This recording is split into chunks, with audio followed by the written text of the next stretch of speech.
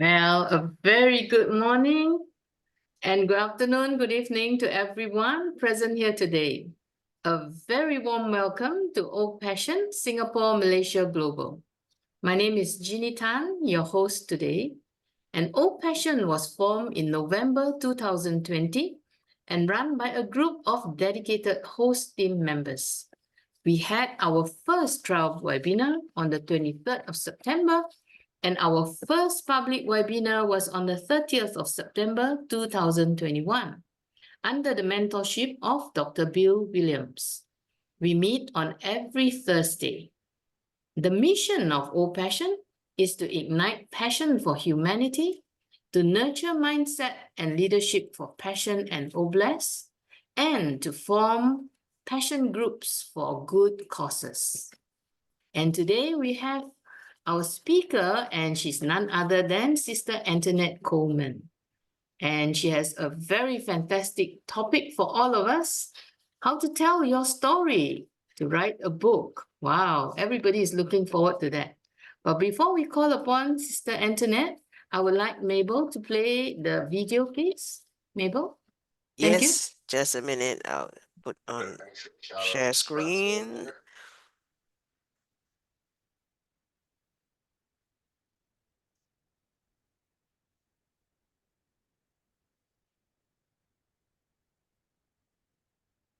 No sound. Hmm. Oh, Got? No sound. no sound. Okay.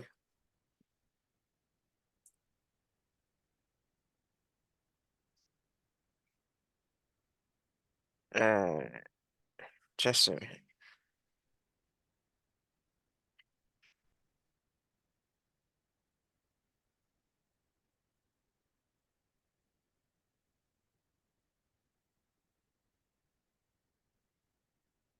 Sound now? No, Still no sound? no pictures. No sound, no picture. Video is not playing.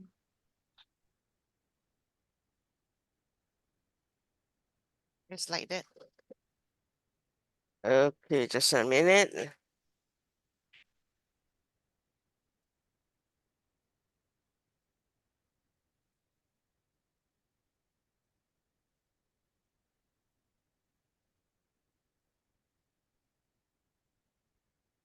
See nothing.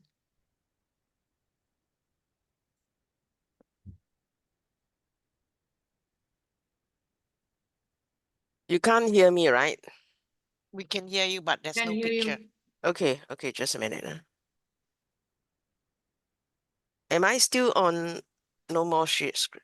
Okay, let me share screen.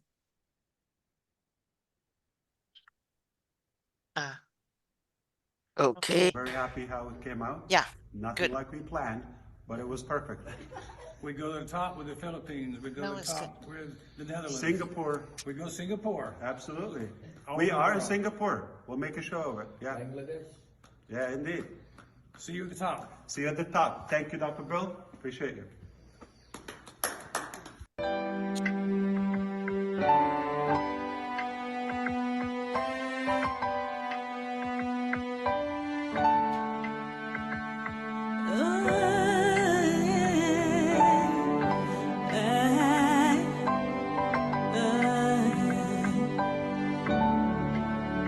We are here, we are ONPASSIVE, shining bright into the future. We rise high with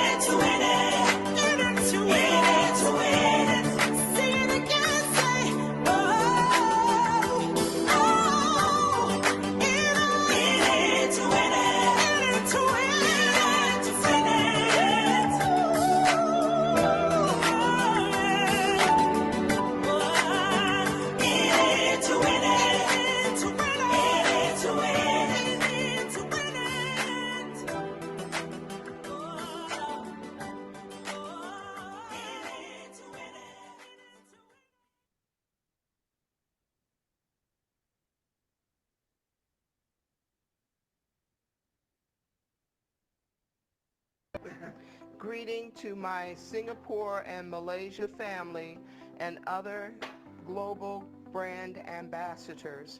Thank you for joining me today on Thursday, October 10th at 9 o'clock p.m. Singapore time and 9 o'clock a.m. Eastern Daylight Time. My topic today is telling your story, steps to creating a great book.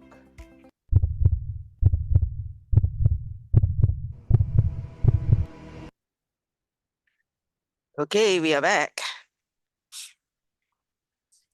Wow, thank you, Mabel. Well, now showtime. I would like to invite our sister Antoinette to do her sharing. But before that, I would like to do a short intro, although a lot of us has known her, but I would still like to acknowledge all her credentials. So here we are. Sister Antoinette Coleman is a seasoned, experienced, skillful manager and business owner in the marketplace. She's also the owner of a publishing company, Diadem Literacy Services. And she has 25 years of publishing experience, 7 years of IT support, accounting, and property management, and presently the administrative assistant to Dr. Tunishai Ford and on board of Ford's Your Own Uniqueness. She teaches business plan for the Step Up programs. And here we are, Sister Antoinette Coleman, over to you. Good evening and good morning, brand ambassadors. It's a pleasure being here this morning, and I'm teaching, or I'm sharing something that I really love to do, and that's publishing books. And I wanted to begin with saying that all of us have a story. And I want to start out with a few of my favorite. And for example, Gulliver's Travels, it was a favorite of mine. And it was written by Jonathan Swift. And that's where the term Yahoo first was introduced into our vocabulary. And his definition of a Yahoo were people who went after shiny things, but not the important things, like improving themselves and good character and all of that.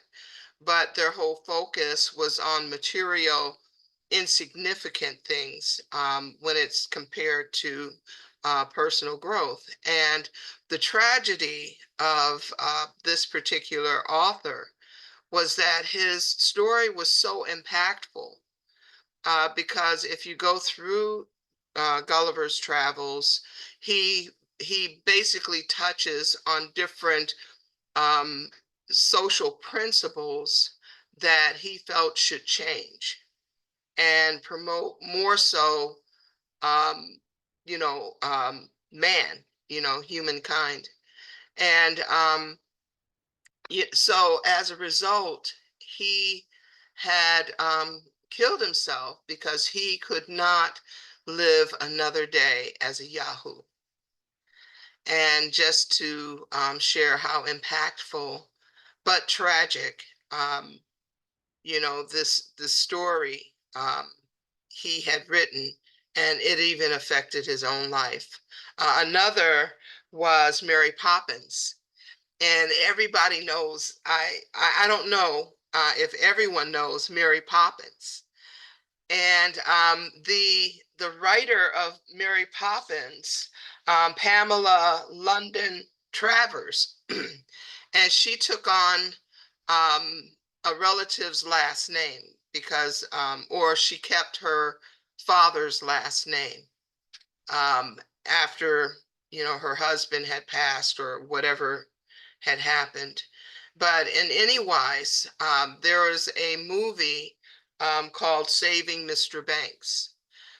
And in Mary Poppins, it was about the Banks family who had this nanny to come in and straighten out a few things in their lives because everyone had, you know, the wrong idea of how to run their lives. But the main focus was Mr. Banks, the father, and he was a workaholic. Well, the backstory to that was that Pamela grew up in a family and her father was an alcoholic. And whenever he was under the influence, he would ruin everything for the family.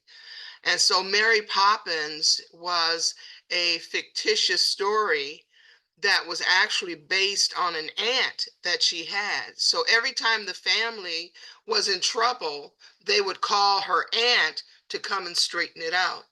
And she knew that once her aunt had shown up at their house, that everything would be okay. And so and then yet another, Finding Neverland. And everyone knows the story of Peter Pan, I would hope. And Peter Pan was this fictitious character who never wanted to grow up. Everything was happy and joyful, and he could show the kids how to bring fun out of tragic situations. You know, being able to be a child, you know, always, no matter what happened, and going on the adventures. Well, the story was written by J.M. Barrie, and the backstory to that was that he had befriended a woman who had 3 children, but this woman found out she was dying of cancer. And the kids were stressed over it, and but she did not want her children to lack their childhood because of what she was going through. So Barry stepped in and he went on these various adventures. He created these various adventures with pirates and ships and, you know, magic and all of this other stuff, you know, with the kids. And that's how Peter Pan had been formed and born, because of his experiences with helping these kids go through and, you know, survive this great loss that was about to occur. And so I want to start out saying that we all have a story. And whether the story is fictional or non-fictional, we have a story. And the ups and downs, the tragedies and the happiness and the most important things and the magical things that happen in our lives can create hope in our books, can create new possibilities, new transformational ideas and mindsets, and to more or less, when you come up with that idea, that story idea, be it your own life, just sharing how you can get it down on paper and the principles and how to write your story. So I'm going to share.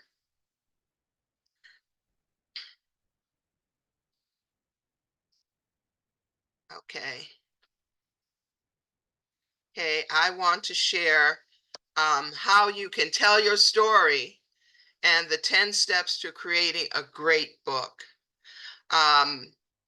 In writing or in any type of art, we have what you call a muse. And the muse is like that inner voice, that pull, that nagging type feeling. You have, it's like when you go through something, or if you have a story idea, or if you love to sing and you have this song that's just playing deep inside, and you just have to get it out, and that's your muse. And you know that you have a story that's most important when your muse is saying, write, write, write, write. And it just keeps, you just have this pull to write or to sing or to write poetry, basically to share. And so when you have that going on, then it's time to write. It's time to write that, be it novel, short story, poetry, that song that you want to sing. It's time to do it. Now, I don't have this in my notes, but I want you to keep in mind that when you have that story idea, when you have it, then never tell the story until you're done. Because once you tell the story, it's gone. You will not be able to tell the story exactly the way that it should have been told. So the before thought, or what's part of number one, would be never tell the story until it's done. And then the second thing in developing your great story is the chronological order. The beginning to end. So you create a chapter outline. And you'll find that when you create your chapter outline, you may have subtitles under there, sub ideas under there. For example, if I were writing my own story and it's so much that it happened, I would start out, or I had started out in one of my drafts in the beginning. And I shared how, when I was an infant, some of the things that I had gone through. And so in the beginning, underneath, a sub idea would be as a tot, or as a baby, as a tot. And maybe under that, I would have some significant situations to express why these points or these times were most important. Okay, so you want your story to be in chronological order, and you want to have chapter outlines, and it will help you to write your story, because when you have an idea of what you're going to write, it keeps you on track so that you have a beginning, middle, and end. Then number three, include all the elements of life, whether your story is fiction or nonfiction. And what do I mean by that? I mean, in life, you have people being born, you have loss, you have people dying, you have sickness, you have health, all of the elements that your story contains. If you suffered loss, did it have an impact on your personality? Did it make a change? Did it cause a change? Was there someone in your life that came into your life and left for whatever reason? What type of impact did that cause? And so you want your story to be whole in that aspect, that it reflects all the elements of what happens in life. Okay. Number four, what message do you want the reader to walk away with? We sometimes, when we watch movies, or when we are writing, or we're reading, a lot of times when we come to the end of the story, we're wondering, okay, so what was the whole point of the story? Was there an impact? And a lot of times, if the story was just strictly for entertainment, you might not pick it up again. But if the story had an impact. Going back to Gulliver's Travels, when he was in the land of the Lilliputians, and one group of people, well, the peoples were in war with each other because of something that was very silly. And I don't remember what it was, but it could be something like when they had breakfast, they broke the egg at the wide part instead of the slim part. And so the whole point that the author was making was that sometimes we have our arguments over foolishness, over stuff that's not even worth destroying a relationship. And there were other points that he made, you know, in his book. And so what message do you want the reader to walk away with? What are the changes that you want to cause, the mindset? And what are some of the principles, if it's a fiction, a biography or something or nothing, or something dealing with your life, what are some of the principles you had learned that you would like to share and cause the same type of mindset?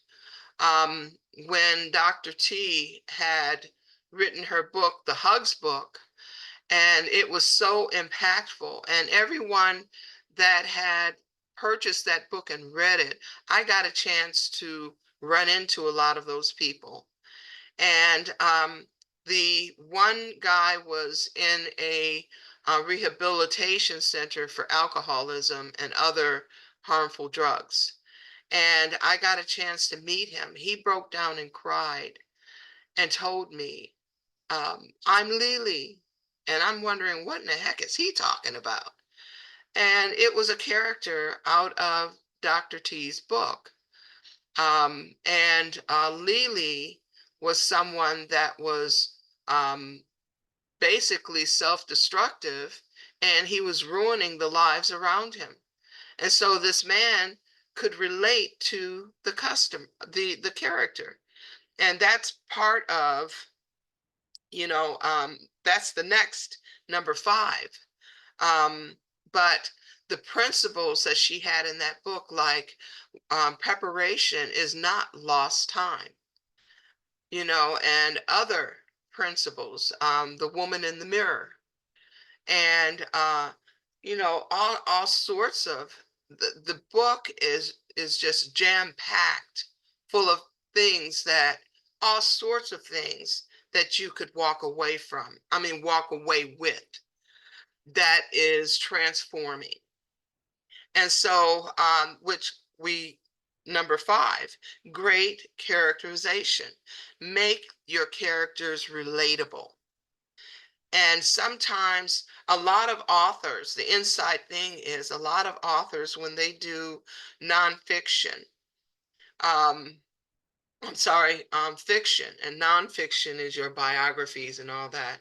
But fiction, when they do fiction, they will pattern their characters after real people. Now, when you pattern your characters after real people, make sure you change the name, kind of change the way they look, and kind of vary a little bit from the personality. But you want to make your characters relatable. Going back to the guy, he was able to relate to one of the characters to the point where he realized he had a problem and he needed to change. And so whatever your message is, sometimes you can use your characters to bring it across. Okay, and good.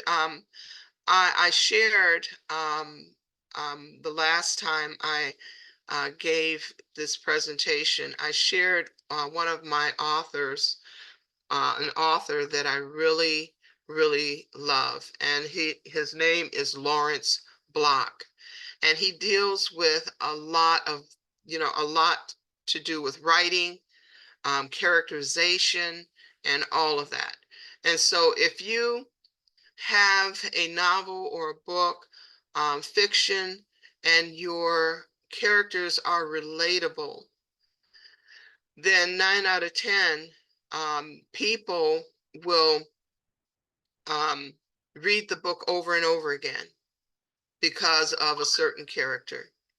And I'll tell you, another example is I love whoever created the character Loki in Thor, the movie Thor. And Loki tends to be a character that most people love because he's complicated. You've got to love him. One minute you love him, the next minute you hate him.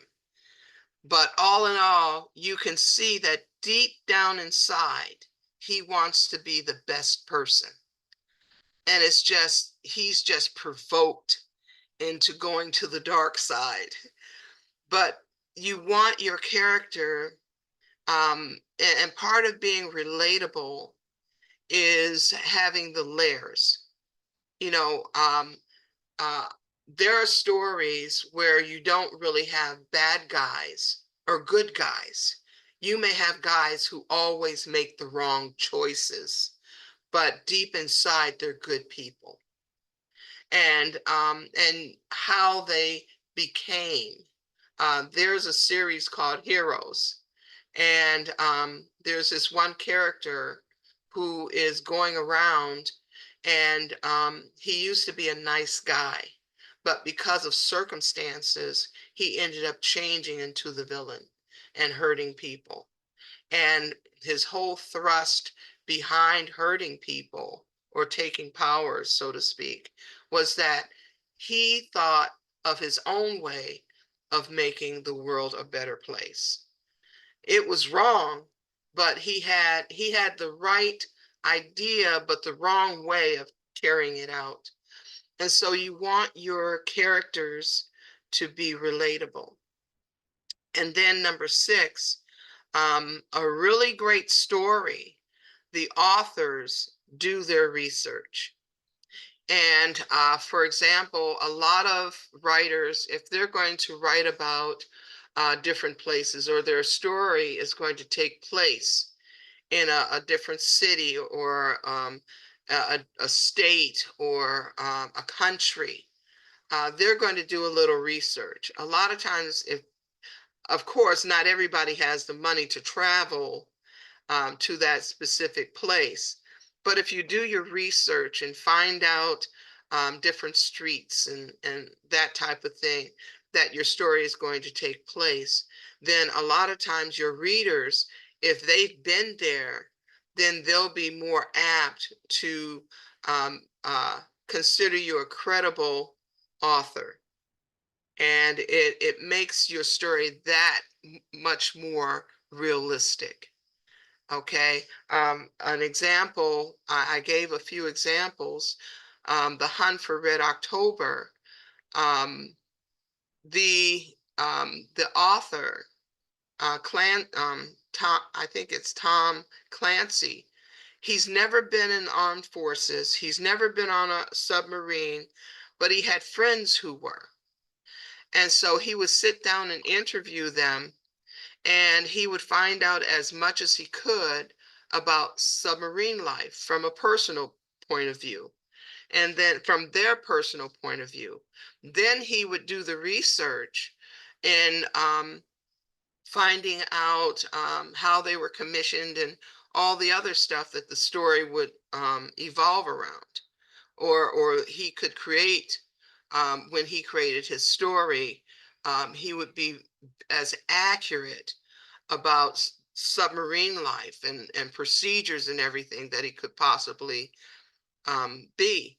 And in fact, when the book was written and he sent it to a publisher, the publisher, after reading his manuscript, thought, this thing is too realistic. I'd better send this to the government and let them take a look at it to make sure, and the government looked at it and they held him up for a number of years in publishing the story because they wanted to make sure his book was not divulging United States secrets. So for a story to be that close to the truth, to have the US government investigate it, was a pretty good story. And as you know, it became a really great movie. Then there's Gone with the Wind. And again, it was about the Civil War. And the author had to have done his research to be that concise about the way things were going in the Civil War. And then Holes was about two families from another country that had basically a rift between them, and both sides had bad luck or bad situations, and it became a family curse. And if you've ever seen Holes, but the story was so well written and it was so impactful about how the choices our ancestors can make can trickle down through the generations. And then it took two young boys to be generation breakers. And so and then we already covered Saving Mr. Banks. And so making, doing the research for your stories will make a big difference, and that can bring a lot of realism to your writing. And you want to make your stories believable. It could happen, type deal. And so if a person feels, oh my goodness, this could happen, then the message that you want to have your reader walk away with is that much more concrete. Then number 7, add cliffhangers at the end of each chapter to keep the reader interested and ready for the next chapter. Build a sense of expectation. And so if after each chapter, you have maybe, sometimes it's done with a question, sometimes it's done with introducing the new character, sometimes it's done with a secret revealed, or a guess what, or I wonder why.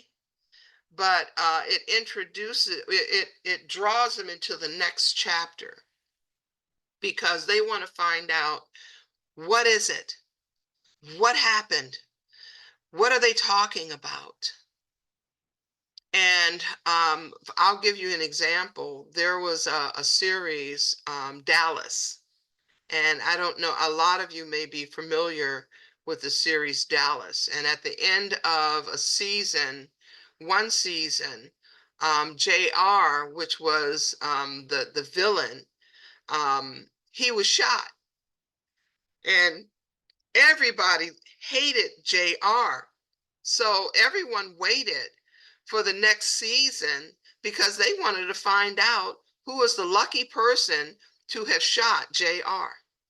And then they wanted to find out if JR lived. And so in your writing, you want to always have a cliffhanger. Okay. Number 8, don't tell the story. Bill and Betty went to the store, and their feet clip-clopped, and they stepped, they walked making noise. Okay, let the reader experience the story. Instead of saying the character cried, say, Mary, please don't go, he sobbed. He walked quickly, splashing water under his feet and trying to hold on to his umbrella to keep dry. So just that phrase alone lets you know it was raining. It was raining hard, and there was a lot of wind because he's struggling to hold on to his umbrella to keep dry. And so you want them to experience the story. You want to invoke the five senses: taste, smell, sight, hearing, and touch. You want them to experience their five senses. And so if you want them to feel the carpet was soft and plush. If you want them to taste a food, oh, the cookie with the chocolate chips was just delicious and flavorful. You could smell the sweetness in the air. You want them to feel your anger. Stop it! I said stop it! Bruce scuffed or whatever, you know. You want them to feel it. You want them to walk through the journey. Again, Dr. T's book, the Comma book, when we were developing that, I would ask, she mentioned some type of port that they put in her shoulder or her arm, or in the upper part of her chest, I think. And so I would ask, what's a port? And she would explain it. And I said, put that in the book. I said, how did you feel when they were putting it in? And she had expressed, well, I was a little nervous or however. And I said, put that in the book. And for those of you that have purchased the Comma book, you'll find that in her writing, she draws you out. She takes you along the journey. You feel her hurt, you feel her gladness, her appreciation, you feel her tears. At one point when I was doing her book, and at one point she had this conversation with God, and she had told him, God had asked her a question, and she says, I want to live. And my reaction was, yes, yes, because I could relate to how she was feeling. And at the time, I was going through a hard place, and I could feel, and I was so greatly encouraged to press on. And that's what you want your readers to come away from. You want them to experience your journey. You want them to be able to taste through your journey. You want them to feel or touch your journey. You want them to smell your journey, to see it, and to hear it. And number 9, tie up all your loose ends. When you introduce a situation or introduce a new character, and by the way, I didn't share this with the other group, but you shouldn't have any more than 7 or 8 primary characters in your story. No more than that, because more than that, then sometimes you will lose the reader. They'll be wondering, okay, who is this person? What were they? And they're leaping back trying to figure out who this person is.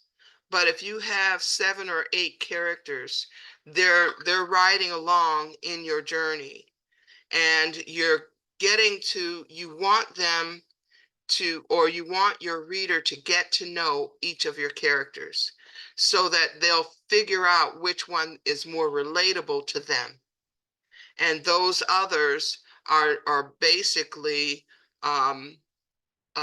riding along to help develop each other. each of the characters, helping to develop each other through their interaction. Okay, so tie up all your loose ends. If there's a question, if there's a mystery, make sure it's solved. Make sure that question is answered. If there is some reference made, make sure they understand why that reference was made and how it ties in with the rest of the story. Okay, and then number 10, when you're finished writing your story, be finished with your story. You will always find something you felt you should have in your story, or have included. Let the story have an ending unless you leave it open for a second book, a part 2 in a book series. And so, because you'll always be able to go back and say, well, maybe I should have included this. Maybe I should have included that. And it's okay to go back and make a few adjustments. But when you're done with the story, be done. Okay. And so in recapping the 10 steps, first, is your muse tormenting you about writing this story? And number 2, make sure it's in chronological order. Create a chapter outline. Number 3, include all the elements of life. Okay. Number 4, what is the message you want your reader to walk away with? Number 5, have great characterization.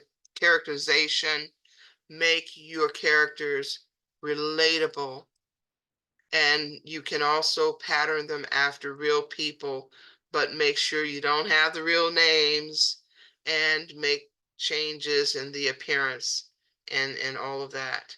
Number 6, really great stories, the authors do their research. Number 7, add cliffhangers. Number 8, don't tell the story. Let the reader experience the story. Number 9, tie up all your loose ends. And number 10, when you're finished writing your story, be finished. And that is my presentation. And I hope everyone was encouraged, and I hope it just caused those creative juices to just really get going and in writing your story, because we all have a story to tell. Okay. Wow. Thank you so much, Sister Antoinette. Brother John, just a minute. I think Dr. Tunishai have their hands up. So that after Dr. Tunishai, then will be you. Okay, Dr. Tunishai, please. I beat you, John. I beat you this time. Yes. I appreciate Antoinette so much. First of all, I want to just encourage you this. I want to encourage all of you who are on this webinar to write your story, because no one can tell your story the way you can tell your story. And I also want to encourage you. I was telling the people on Deep Dive, all of us have so many talents and abilities, and we have services and products that we have even outside of ONPASSIVE. And I think that we should all support one another. Antoinette is a publisher, and I know you can go to any other publisher in the world. And she did not ask me to say this. I'm not her PR person or anything like that, and I'm not just her friend. I'm somebody who's experienced the commitment and the professionalism of her publishing company. She's very thorough. She has a passion for what she does. And if you have a book inside of you, I want to encourage you to hire Diadem Services. Please, and again, she did not ask me to say this, but I am going to send her my bill for for doing I'm gonna send her a bill anyway. No, but anyway, she's phenomenal. And she did. The things that she talked about when she drew some things out of me when I first met her. I was writing my second book. This is a comma in your life, not a period. And we used to walk my dogs, and she would talk to me about different things. And she said, write that down, put that in there. So she made me a better writer. So what I want to say to all of you, start your story. Writing a book is not easy, but it's something that's very, very feasible for all of us. And you may say, well, I don't know how to write. I'm not good with the English language, or whatever it may be. And, but it doesn't matter. You can have a tape recorder. And I know that she probably covered that too, tape recorder, you have a ghostwriter, just jot down notes, whatever it may take. And the most important thing, like she said, are the chapters. Have your things in chronological order. When I write my books, I have my chapters written before I actually write the books. Okay, in other words, you write down your chapters and then you fill it in, because it keeps you in order and it keeps your story flowing. And this is what I did, for all the books that I've written. So I am really encouraged right now. I know that Antoinette, I call her Tony, that's my buddy. I know that Tony will be more than happy to support all of you in your writing venture. And the most important thing about writing is just get started. I know so many people who tell me, oh, I want to write a book. I want to write a book. 5 years later, oh, I want to write a book. I want to write a book. 10 years later, like, have you written your book? Oh, girl, I didn't have time, blah, blah, blah. If you want to write a book, sit down at your computer, put your fingers on the keyboard, and begin to just write and let God, yes, I said God, let God begin to use your fingers and let it flow. You all have Yes. a story to tell. It may not be your own personal story, it might be somebody else's story. But my point is that you all have a book on the inside of you. There's no reason why you all cannot be an author and be a successful author and write a great story. So that's my little 2 cents. And everything. I'll be sending you my bill, Tony. Sending you my bill. Okay. Thank you so much for allowing me to share. Take it away, John. Thank you, Dr. Kunishai. John, Okay, your thank you. turn. Okay. Thank you. Yes.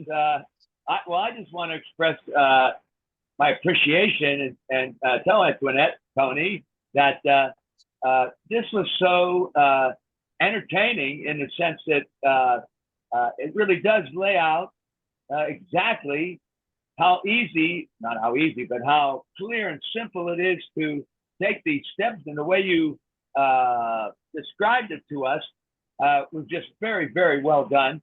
And I actually enjoyed your choices, for example, of your examples, your choices of books of examples, because I know or identified or read almost everything you mentioned. So that made it even more interesting, as I could think about, you showed us the step, and think about those books and what do those authors do? Just very interesting, all that kind of thing. Like I myself, I think a lot of us that listen today might be inspired to go ahead and, if you have been always thinking about, maybe I want to write a book just like Dr. T just told us and never get around to it, or the years pass by. I wouldn't say that I've always had a passion to write a book, except for the fact that I'm a storyteller, and I often get into telling my stories, and it kind of comes off the top of my head and all that. So again, finding out all these steps, oh boy, it was really great. And I always say that I don't know. I'm a performer. I like to perform other people's words. I don't know that I can put all these things together. But then in seeing how you do all your different characters, all these elements that you pointed out, that hey, maybe it's going to inspire me at some point to sit down and put some of these stories down for people, rather than just me always talking and telling these stories. I just really enjoyed this. It just was so clear and entertaining at the same time. Very educational, I must say. So thank you very much for that. I really appreciate You're it. very welcome. Thank you. Thank you, Thank you, Brother John. John. Thank you. Over to you, Sister Yvonne. Yvonne Finn. Thank you, Sister Jeannie. Yeah, Queen Antoinette, I have to echo all the great things that John just said. It's so clear. It's like I could clear my desk, sit down this morning and start on a story, any story, my story, somebody's story. There's nothing missing. I have one question about the muse. Can the muse be another person? It has to be your voice in your head, or can it be a person? It can be another person. Yeah. It can be another person when you're having conversations. Sometimes I could be having a conversation with someone and they say something that really hits home. Yeah. And then I'll jot down a story idea or Mhm. a book idea, instructional book, Mhm. something Mhm. that they may need. So yes, it can Right. be a muse can be a person, Mhm. it could be a situation, Yes. anything that causes or invokes an idea to Yes. write. Yes. Okay. Thank you. Okay. Because I have written a book. It's actually languishing on Amazon because I don't like promotion of any sort. Of course, that's the drawback with having done the book. So it's sitting there. It's old. It's been since 2014. So I would need to look at it again. But I'm just wondering if it could be resurrected, and because Yes. it's a relationship book, because that's what I did. I was a coach, Mhm. relationship coach. So I did that. And my muse just was so annoyed because I wouldn't do the promotion, right? It's just sitting there. And it's not doing either one of us any good, and she's not making any money either, obviously. So yeah, so I have some work to do. But this was so perfect. You made it so relatable. That's the word you used in there.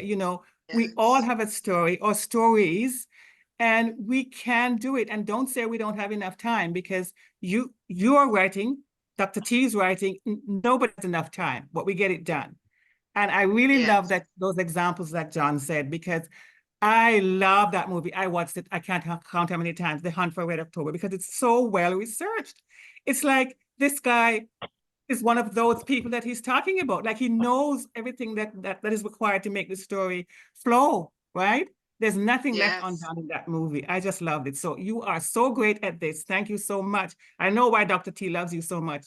We will probably all get to love you one of these days, because we will see what you can do, right? In a real way. So thank you Yes. so much. I really appreciate this presentation. It was lovely. Thank you, Sister Yvonne. I You're really welcome. appreciate you. You are Thank very welcome. you. Thank you, Sister Yvonne. Okay, Thank you. Faith, do you have a question? I saw you raising your hand. Yeah. Do you have something to say? No, but I would like to say something. Yeah, sure. Okay. Tony, you really blew me off. You have ignited something in me that I might write a little story about all of us one day. And it's quite an inspiration what you have done it so nicely, and it seems so simple. And if anyone will want to write a story about themselves or about the people that they know, it's would have sounded like such an insurmountable task.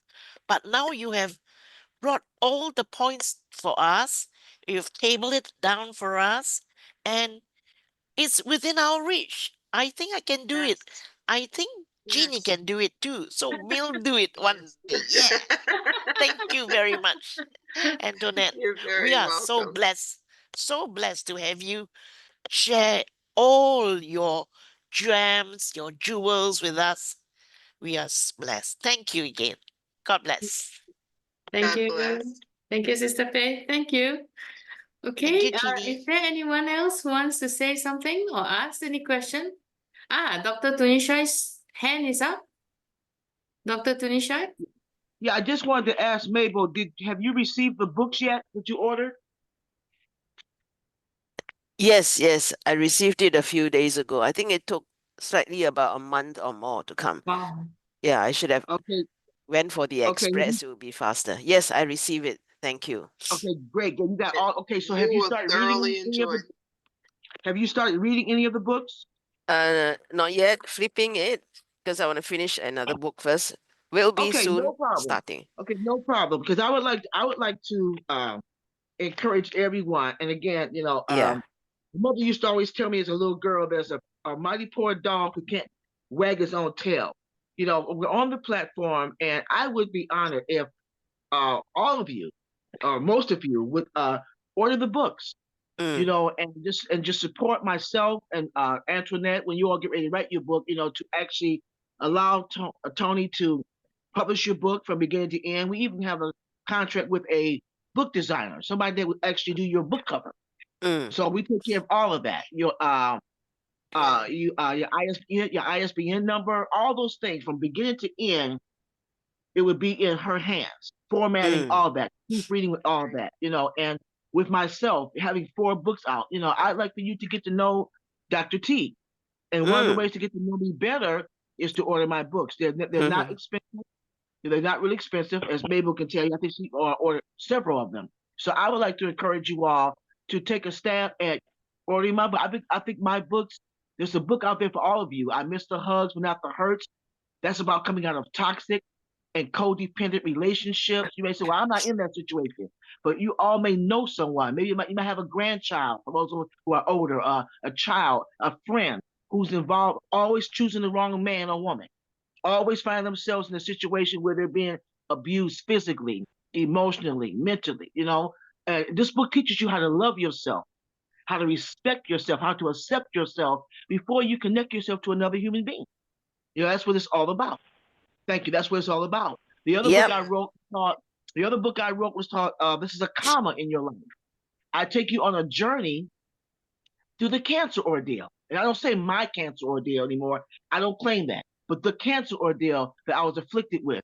And like Antoinette said, you know, the book is full of a lot of nuggets, but I want you to understand not only the perspective of a person who's sick, but also all the different players. But a lot of times when a person is going through an illness, you don't always see all the players that are involved into that person's wellness, you know, getting to the point where they become unsick. I'll call it being unsick. You know, you all the way from the doctors, your caregiver, your family members, your church, the naysayers, those who are negative and don't wish well for you, or those who are rooting for you. It's all kind of aspects when you go through an illness. So it's not just the person who's sick. I take you on that journey, you know, how you get closer to God, the different things you need to learn, how to get through your sickness spiritually. It's a spiritual journey. It's not just, well, I'm sick, my body's sick. No, it's a spiritual journey, because there may be something, a door that you opened up that allowed this sickness and disease to attack your body. Yes, your spirituality is attached to your physical health. Let me say that one again. Your spirituality is attached to your physical health. And that book explains all of that. Then the other book I wrote, you know, of The Spirit in You. These are a bunch of short stories. They're the accolade, you know, anecdotes that I give you all, those short stories to encourage you, to uplift you, to give you hope, to show you that there's others who may be going through that. There may be fictitious stories, some are for real, some are fictitious, but the bottom line is that the stories will encourage you, will give you hope. They will show you there's another way to look at life. And that's what this book does. And the last book I wrote was Taking Control of Your Life from the Inside Out. You know, all of you either have a job or you are an entrepreneur, you have a mission, whatever you're doing, but there's a correlation between your success, your physical body, it's a correlation between your success on your job or your business and your personal life. If your personal life is not in order, it's going to spill over into everything you do professionally. You know, it teaches you how to get your life in order, get everything, your body in order, your spiritual life in order, your mental health in order, your emotional health in order. If you're going to be successful, even passive, even in keeping up with all of this, you've got to have yourself together. You have to have yourself together. And that's what it's all about. So the books cover all those things. So I would like to encourage all of you, you know, at some point to buy the books, you know, support Dr. T, support Tony. You know, when you get your nuggets and everything, hire Tony to help you write your book. You know, so I just want to give you all that. So it's a call to action. Yes, it is a call to action. We are part of your family. You know who we are. We're not strangers. Okay, so go to the website. You know, I think that Tony can put that in the chat if she can. Put that in the chat for us, Tony, and buy those books. Diadem Services, go to her website, you know, hire Tony to do your book, you know, do those things. So let's get on board. And not only that, all of you, we should be supporting each and every one of us to be supported. Okay, whatever you're doing, let us support each other. We're a family. We say we're a family, and let's act like a family. And let's start supporting each other and just get the job done. Okay, so that's all I want to say. And thank you so much for allowing me to share. Thank you. Thank you, thank you. Thank you for the Thank you. reminder, Dr. Tunishai. That was a very good reminder and a good summary of what your books is all about. So at least that gives a very clear idea of which book whoever wants to buy, they know what exactly to buy. Or you can buy all four. Yeah, thank you. And Sister Tony, maybe you may want to post that link again in the chat where people can go and click and buy. Okay.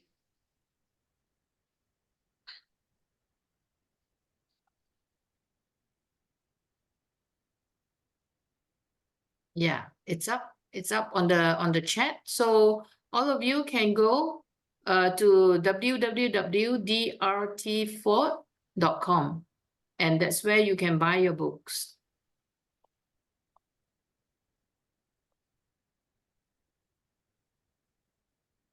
Amal, Miss Amal is here.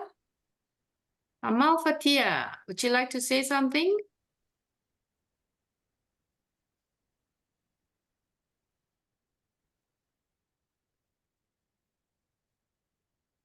Thank you, Sister Tony. Thank you for the links. And is anybody else here would like to say something?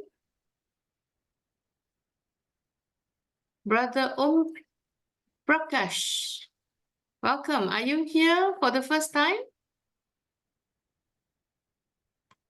Yes, Did you enjoy the whole talk?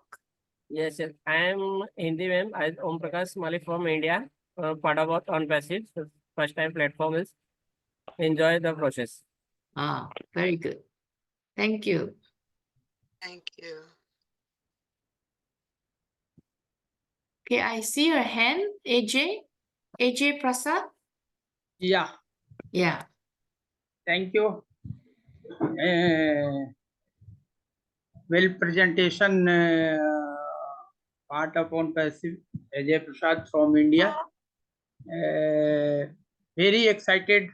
I am Hymnity ONPASSIVE is a fantastic journey. All panelists, Johan sir, I am follow. This my personal invited Mr. Om Prakash Mali has been Gopiram Bhairava is any well presentation is I am first opportunity has been grabbed. I am very excited. Well done. Congratulations all family 14,27,483. All global family as is well done. Fantastic. I am very excited. Great CEO personality has been all over world. Is any time 24-hour immunity and development. Also great. Well done. Congratulations all family. Show her in it to win it. Thank you, sister and brother. Thank you, Brother AJ. Thank you so much. Okay. And for those of you who are with us for the first time, I've also posted a link where you can join our group chat in WhatsApp. It's up in the chat now, so you can join us so that you will be informed of when is our next webinar and the links to our webinar. Yeah, so you're all welcome. Okay, Brother Paul Apan is here. Brother Paul, Dr. Doris is here. Yes, how are you? Good morning, good afternoon, and good evening. How is everything over there? I'm from Nigeria. Yeah, Nigeria. Hi.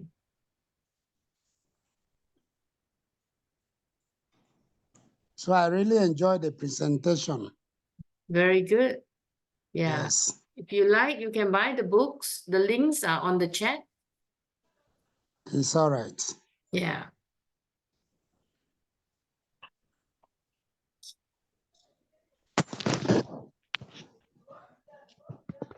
Okay. Who else would like to say something? I see Mr. Bicharan. Bichanan? Mr. Bichanan?